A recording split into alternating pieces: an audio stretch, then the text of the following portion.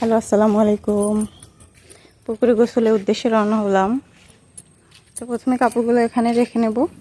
এখানে কাপড় রাখার কারণ হচ্ছে মানে পুকুরে গোসল করার পরে যদি আবার রুমের মধ্যে বাথরুমে আর কি কাপড় চেঞ্জ করতে যাই তাহলে আবার ফ্লোরগুলো সব ভিজে যায়। এটা আমাদের এই বাইরের আর একটা রুম। এটা আসলে আগে আব্বুর বৈঠকখানার জন্য ব্যবহার করা হতো, ওইখানেই কাপড় রাখি। তো ওইখান থেকেই চেঞ্জ করে তারপর বাসার মধ্যে চলে যাই। এই তো আমরা পুকুর ঘাটে চলে আসছি। ওখানে আমার ছোট বোন তার ছেলেকে নিয়ে এসে আগে থেকেই বসে আছে। তো এই তো চলে আসছি, কাপড় টাপড় রাখলাম, দুই ছেলে নামছে। তো আসলে আজকে পুকুর ঘাটে আসার পরে দেখলাম যে আরও দুইটা ছেলে মানে আমাদের সামনের বাসার, ওরা একটু বড়, ক্লাস 9-10 এরকম পড়ে। তো ওদের সামনে গোসল করতে আসলে কেমন জানোই একটা আনইজি লাগে, এর জন্য আমি আর আজকে গোসল করব না। তো অন্য দিন আর কি বাচ্চাদেরকে নিয়ে একটু লেট করেই আসি, হচ্ছে 2টা-2:30টার পরেই আসি। যেদিন ওরা পুকুরে গোসল করতে চায় আর কি সেদিনকে একটু 2টা-2:30টার পরেই আসা হয়, যাতে ওই টাইমটা আর কেউ থাকে না, তো আমরা নিজেদের মতো করে গোসল করে চলে যেতে পারি। তো এই তো বাচ্চারা মজা করছে, সাঁতার কাটছে। আমার ছেলে আবার মাশাল্লাহ সাঁতার কাটতেও পারে। আসলে যেহেতু গ্রামে থাকা হয়, তো গ্রামে এমনিতেই তো পুকুর, খাল, বিল, নদী নালা এইসব বেশি। তারপরে যখন বৈশাখ মাসে অনেক পানি বাড়ে, তারপর বৃষ্টি হলেও আসলে অনেক পানি বেড়ে যায়। তো আসলে এর জন্য সাঁতার শেখাটা খুবই জরুরি। আসলে সবারই সাঁতার শেখা উচিত। তারপরেও যারা গ্রামে থাকি আমরা, আমাদের বাচ্চাদেরকে সাঁতার শেখানোটা খুব বেশি প্রয়োজন। কারণ বিপদ কখনোই বলে করে আসে না। এই তো প্রতি বছরই শুনি এই আমাদের আশেপাশে বা দূরের এলাকায়, মানে প্রতি বছরই শুনি যে কোনো না কোনো বাচ্চা পানিতে পড়ে মানে মারা গেছে এরকমই। তো আসলে এই ব্যাপারগুলো খুবই খুবই কষ্টদায়ক। আল্লাহ এরকম কারো মানে কোনো বাবা মারই সন্তান মানে সন্তান হারা না করুক কোনো বাবা মাকেই।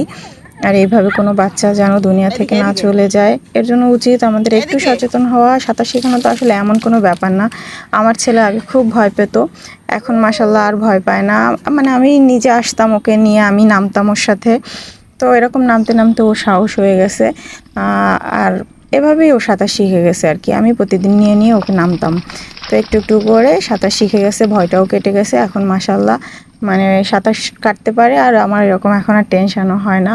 প্রতিদিনই ওর সাথে এসে বসি, যেদিন যেদিন ও পুকুরে গোসল করে আর কি। তারপরে বেশিরভাগ দিনই আমি ওর সাথে নামি। আসলে ভালোই লাগে, ছোটোবেলার স্মৃতিগুলো মনে পড়ে।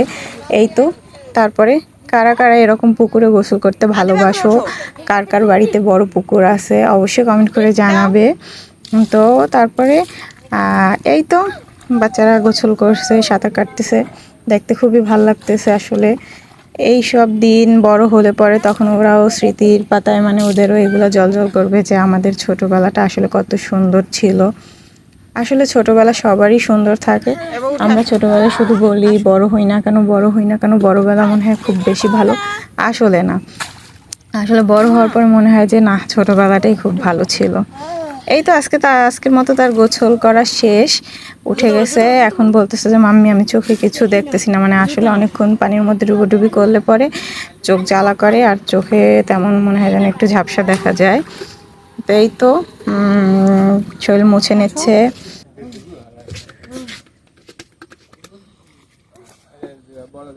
এই তো তারপরে হয়ে গেল গোসল করা।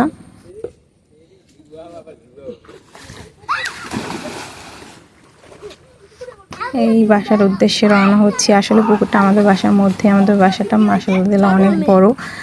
সামনে পুকুর ঘাট, তারপরে মসজিদ, কবরস্থান সবই এক জায়গায়।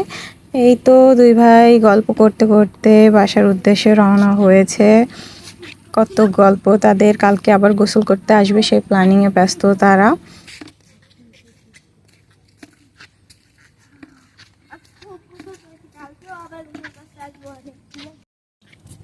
আজকের ভিডিও এই পর্যন্তই। সবাই ভালো থাকবেন, আমাদের জন্য দোয়া করবেন। আল্লাহ হাফেজ।